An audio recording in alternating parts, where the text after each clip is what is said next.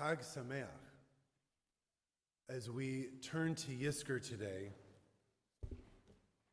we note that today is a poignant day for Yizkor, both in the history of our people, in that it's it's the anniversary, the Hebrew anniversary of the attacks of last year on Shemini Atzeret that happened in Israel.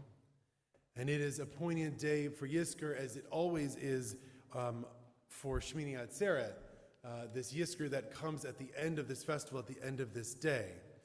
And I want to start there before talking about October 7th, which is that Yizkor is noted as, Shemini Atzeret and this Yizkor is noted as being sort of an unknown holiday.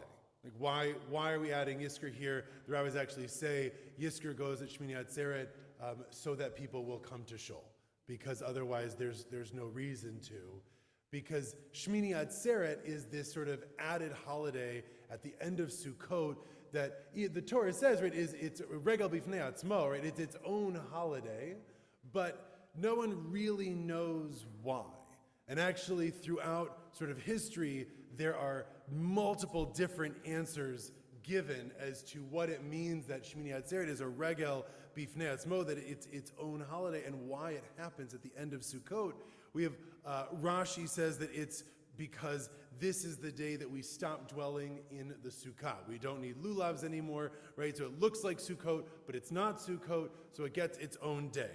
And then Yosef Karo and the Ramah, his commentary in the Shulchan Aruch, say its own holiday means you call it by a different name, right? It doesn't get to be called Sukkot anymore. It's only known as Shemini Atzeret. And if you look at the Amidah, the prayers that we're going to say, it reflects that, right? We call it its own day.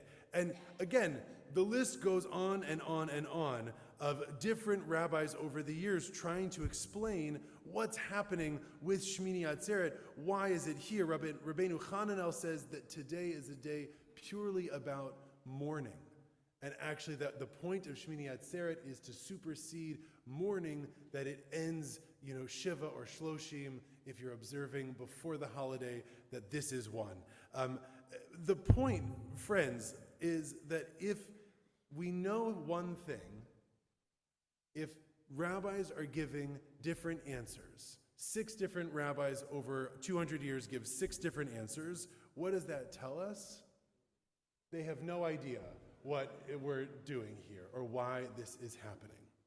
But the other thing that this shows me is this is the most rabbinic thing I've ever seen, which is to take this day and to try desperately, if you read through these pages, to find some logical, intellectual reason for why Shemini Atzeret is its own thing and what's going on here. And they go back and forth. Oh, well, it's like Pesach Sheni. It's giving everyone another chance. No, it's actually part of the prohibition on delaying oaths.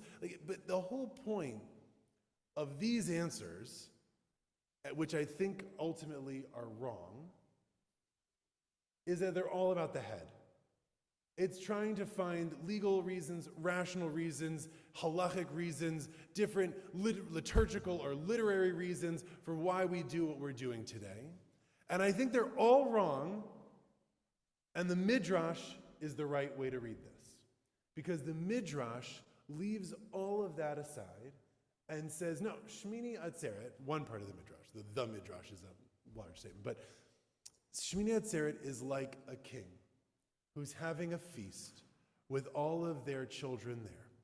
And the king's children have come from far and wide, and they're feasting for days and days and days, right? What's that feast? That feast is Sukkot, right? And everyone's gathered together, and everyone's there, and the whole kingdom shows up. And at the end of the feast, all of the courtiers leave, and all of the viziers and the hangers-on, everyone else leaves, and the king says to their children, you guys just stay one more day with me, please.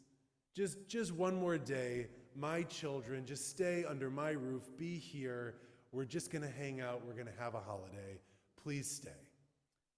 So too, says the Midrash, that's what Shemini Atzeret is.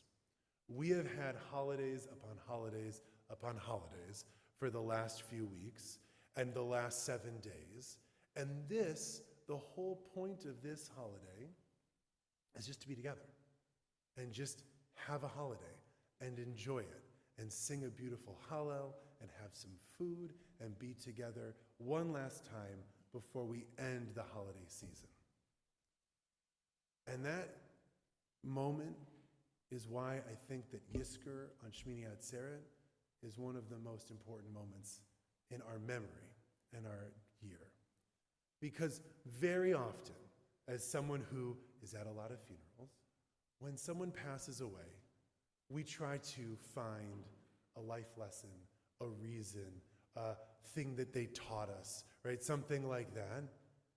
And kal v'chomer, when we are mourning a communal tragedy, whichever it might be, but especially this year, I know we are all thinking about last year on this very day. And we try to find a reason, something we can learn, something we can take away. We do what the rabbis have been doing for millennia, which is we hang out in our heads. And we want to find out something that we can grasp onto, that we could then teach, that we could then, quote, that we could say, oh, this is what I've learned from what happened. And we see this all over Israel right now. There's books upon books, and they're beautiful books of lessons learned or poetry written or stories to be told. And sometimes the point of a memory or being in this moment is just to be in this moment and remember. I think in my own life, and I wonder if this is true for everyone here, when I think about the people in my life that I've lost, the first one that comes to mind is my great aunt. She was a great aunt, but she was really a grandmother to me. And her name was Fran, and she lived an amazing life. She had multiple spouses, she traveled, she lived everywhere. I could learn from her. I have lessons upon lessons of the way that she lived and the bravery with which she lived and what she taught me. But when I think of her, the thing that I think of is the time that she accidentally stabbed me with a fork when we were cooking in the kitchen. And I think about my grandmother, Margaret, who our sage Margaret is named after, and I can think about, again, she used to speak in Margaret-isms, and my whole family tells all of the little aphorisms that she used to use and that she would say. But really, my first memory and thought of her is that she, of all the grandparents, was the one that would get on the floor with the kids and play games with us and taught me how to play my first board game and things like that. We can try to find the intellectual things, and those are important. The life lessons taught, the memories, the ways in which we are like the people whom we recall today. But in this moment, like the king at the feast, we just sit with the memory. And it's bitter and it's sweet. It's bitter because whether they passed 50 years ago or this year, it's horrible that they're gone. And that sitting in the memory comes with some pain. And it's also sweet because just sitting in the memory of those that we've loved and lost reminds us that we love them, reminds us that they were in our lives. And so at this Yizkor, what I'll ask from each of us is to just be in the memory of our loved ones, how they made us feel, how we felt about them. We don't need a lesson and we don't need a treatise on who they were. We just know that they loved us and we loved them. And we can dwell in that for a moment here, the pain and the beauty of the memory and that love. We turn to Yizkor to continue